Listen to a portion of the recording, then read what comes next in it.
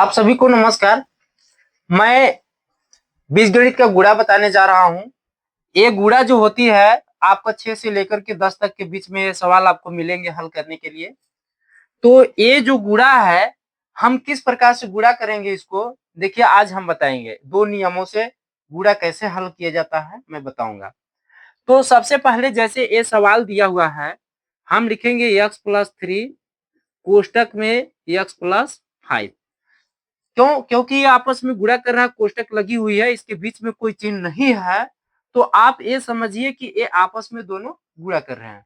मैं आपको सबसे पहले आपसे रिक्वेस्ट करूंगा कि मेरे चैनल को सब्सक्राइब तथा लाइक जरूर कीजिएगा और वीडियो को अंत तक देखिएगा। तो देखिए मैं गुणा बता रहा हूँ, गुणा को कैसे किया जाता है।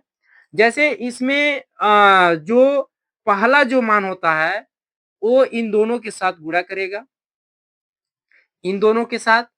फिर सेम उसी तरह से गुणा करने के बाद यानी हम इससे गुणा करेंगे, तो इससे गुणा करेंगे इसमें और फिर ये 3 में गुणा करेंगे। इस तरह से गुणा करेंगे। मैं एक डायग्राम बनाया हूँ, आप इसको समझने की कोशिश कीजिएगा। तो देखिए अब गुणा कैसे किया जाता है कि यक्स का गुणा यदि हम यक्स में करेंगे तो क्या हो जाएगा, यक्स स्क्वायर होगा। यक्स स्क्वायर क्यों होगा, क्योंकि यक्स गुणे यक्स, इसके घात में भी एक छुपा होता है, इसके घात में भी एक छुपा होता है। तो जब ये दोनों आपस में गुणा करता है तो इसका घात जुड़ता है, तो इसका घात हमने जोड़ दिया। अब क्या है, फिर x का गुणा किस में करेगा, 3 में करेगा। प्लस है प्लस लिखो, तो 3 में करेगा तो ये कितना हो जाएगा 3x, क्योंकि इसका स्क्वायर नहीं लिखाएगा। क्यों नहीं लिखवाएगा, क्योंकि ये x अकेले था, इसके साथ गुणा कर रहा था, इसलिए स्क्वायर नहीं होगा।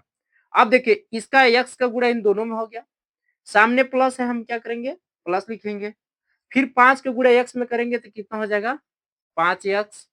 फिर प्लस है, ये भी प्लस है, तो प्लस का गुणा प्लस ही होता है।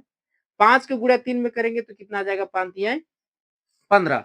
अब इसमें हम ये देखते हैं कि एक ही पद वाले कौन कौन दिखाई दे रहा है, यानी एक ही राशि जो है, जैसे चर राशि और फिर अचर राशि होता है ना, तो उसमें से इसमें से कौन कौन दिखाई दे रहा है कि पद वाला। देखिए एक्स स्क्वायर है, इसमें एक्स स्क्वायर कहीं दिखाई दे रहा है, नहीं दिखाई दे रहा है। तो एक ठो है तो हम एक ही ठो लिखेंगे यहाँ पे एक्स स्क्वायर। अब सब में प्लस प्लस है तो हम प्लस लिख देते हैं। अब देखिए यक्स स्क्वायर से नीचे घात वाला कौन है, तो यक्स है, ये भी यक्स है। यानी इन दोनों, जैसे इसके घात में भी एक छुपा है, इसके घात में भी एक छुपा है, तो ये आपस में जुड़ जाएंगे। 5 3 कितना हो जाएगा 8 यक्स। अब देखिए जोड़ते समय इसका घात नहीं जुड़ता है, इस बात को ध्यान दीजिएगा। अगर एक है घात में तो वो वैसे ही रहेगा, अगर दो है, अगर मान लीजिए जैसे यहाँ स्क्वायर होता, यहाँ स्क्वायर होता, तो हम यहाँ स्क्वायर लिखते हैं, लेकिन यहाँ पे स्क्वायर नहीं है तो हम नहीं लिखेंगे। अब देखिए अब क्या बचा, अब बिना एक्स वाला कौन है, तो 15 है, यहाँ पे 15 है, ये लिख दिया हम।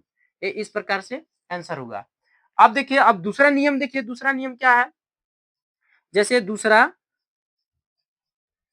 दूसरा नियम, ये पहला नियम था, ये पहला नियम था। दूसरा नियम देखिए क्या लिखा है, x+3 और फिर नीचे क्या लिखा है x+5।